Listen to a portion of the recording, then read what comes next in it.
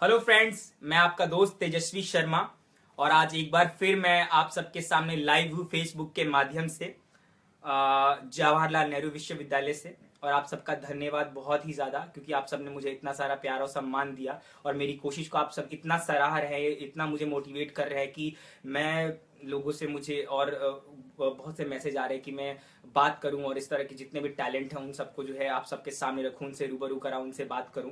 और आज हमारे बहुत ही खास और हमारे चौथे मेहमान हैं मिस्टर अक्षत सेठ।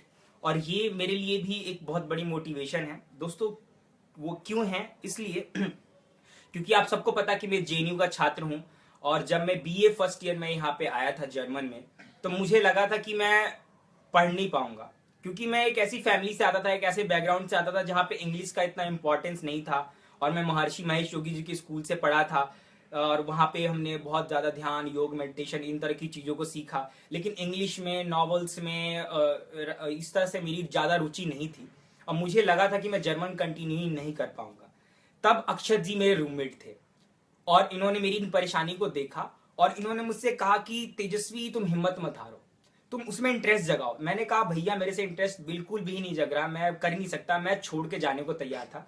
शायद ये बात मेरी फैमिली को भी पता नहीं होगी और आज आप सबके माध्यम से लाइव होने की बात भी पता चलेगी। तब अक्षत जी ने मुझे बोला कि मैं तुम्हें पढ़ाऊंगा। और इन्होंने मुझे बैठा के रात में हम लोग 12-1-1 बजे भी तक पढ़ते थे जब भी इनको वक्त मिलता था। और इन्होंने मुझे इतना मोटिवेट किया और मेरे को नॉवेल्स में आज इतना इंटरेस्ट है पढ़ने में, इंग्लिश बोलने में भी मेरे को इन्होंने पूरी हेल्प की कि आज मैं आप सबके साथ जो है फ्लुएंट इंग्लिश में ही बात कर सकता हूँ।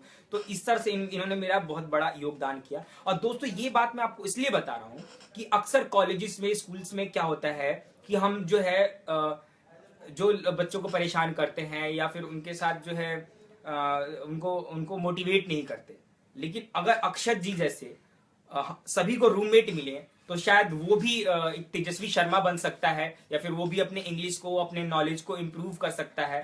तो जो कई सारे हमारे सामने केसेस आते हैं, हरासमेंट के केसेस आते हैं या फिर रैगिंग के केसेस आते हैं कॉलेज में। आप ये समझिए कि मैं जेएनयू में हूँ और मुझे कोई रैगिंग फेस नहीं करनी पड़ी, मुझे किसी तरह की कोई परेशानी फेस नहीं करनी पड़ी।